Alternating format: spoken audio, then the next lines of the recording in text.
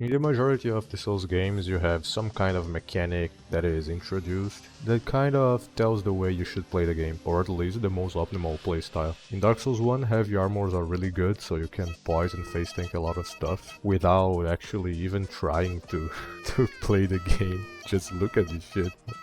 In Dark Souls 2 you have a lot of healing resources, so you can take your time and clean the most annoying and bullshit areas a lot easier. In Bloodborne you have the limbs mechanic, which makes you stagger the bosses and you increase damage in the broken limb.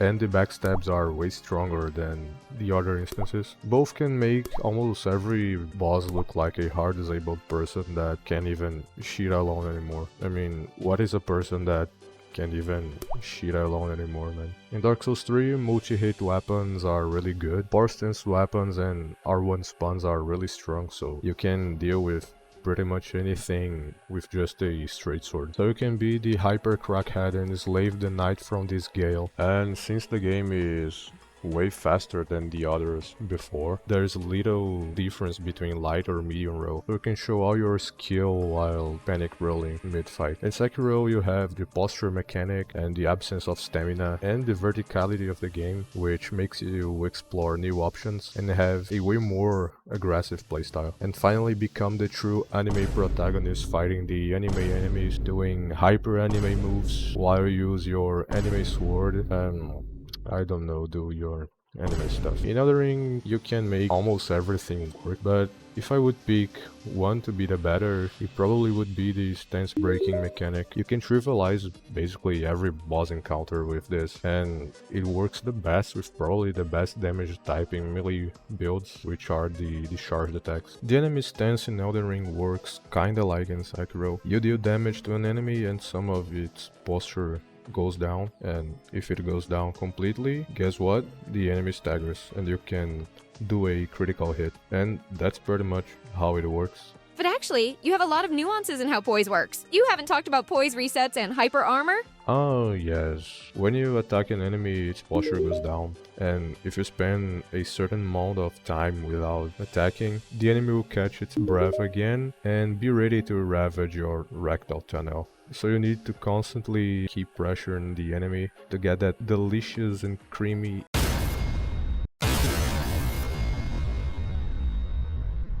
If you don't keep pressing, the poise bar will start regenerating after some seconds, and yeah man, you're going to do all of that again.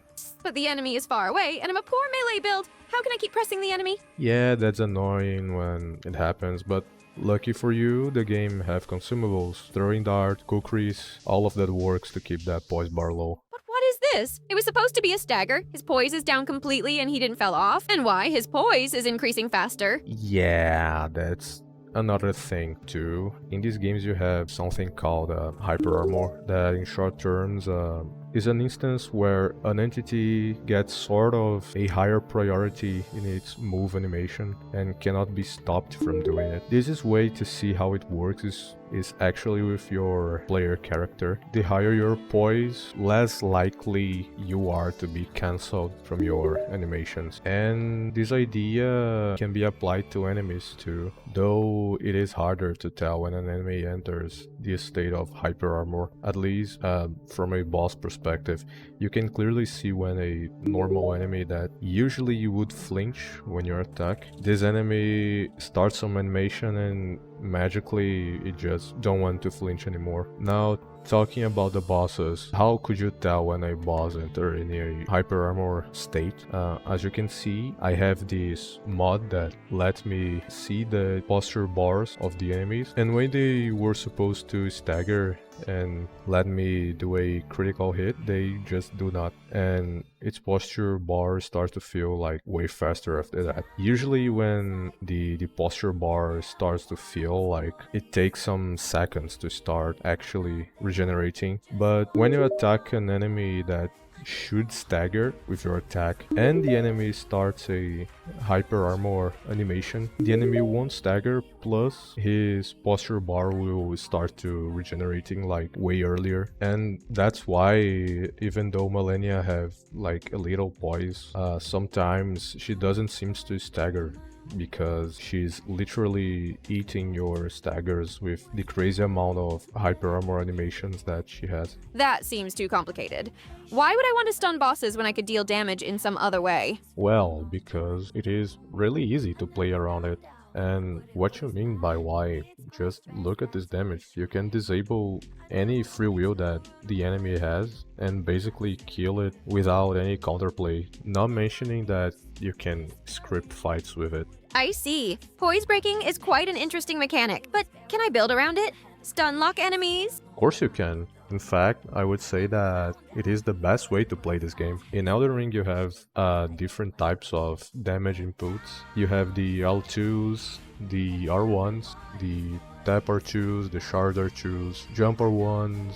Yeah, you got the point. But if you're trying to stun the enemies, your focus will be the shard R2s, the jump attacks, and the L2s, the Ashes of War. Of course you won't be able to like just spam these attacks without any consequences, but every time that you have the opportunity and depending on your build, it is better to do one of these inputs. Cool! Now I can get my cool dagger and spam R2s, and everyone will be stun locked.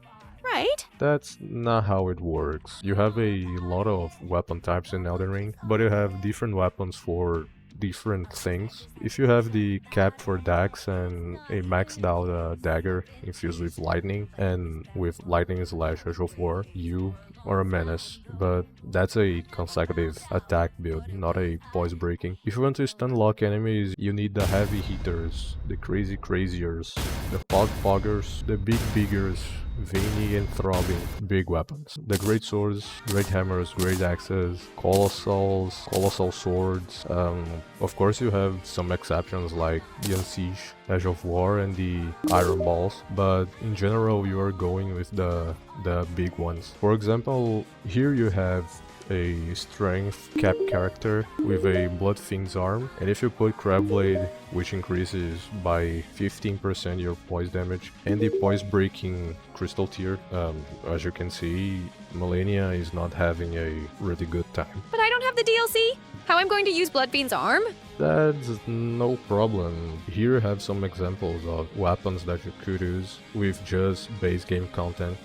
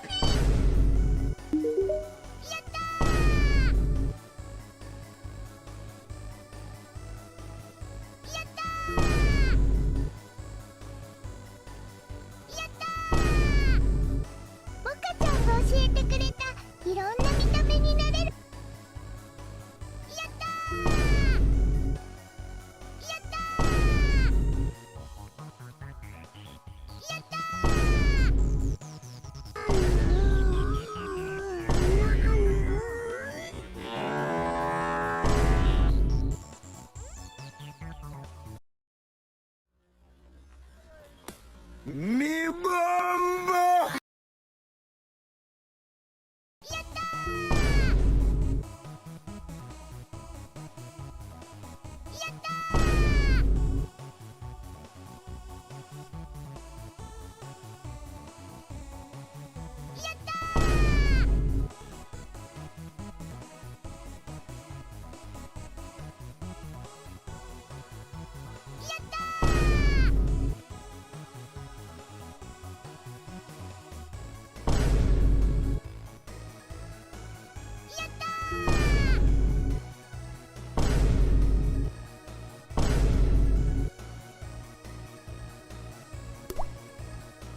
And for last but not less important, behold the Malenia Bullier.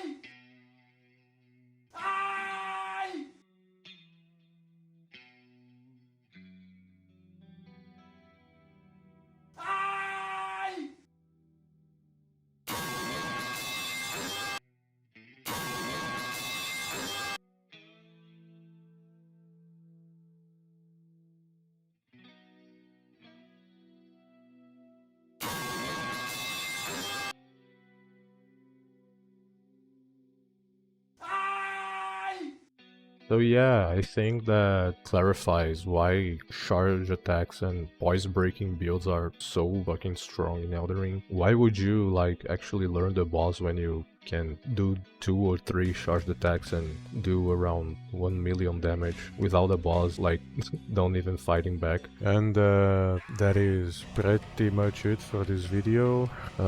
If you liked, leave a like and subscribe, I guess. It would help a lot. And let me know in the comments if you have a better build, if I am totally wrong and you want me to suffer. And when I mean suffer is actually like play at least one game of Valorant or League of Legends. I mean, leave a like, blah blah blah. Thank you.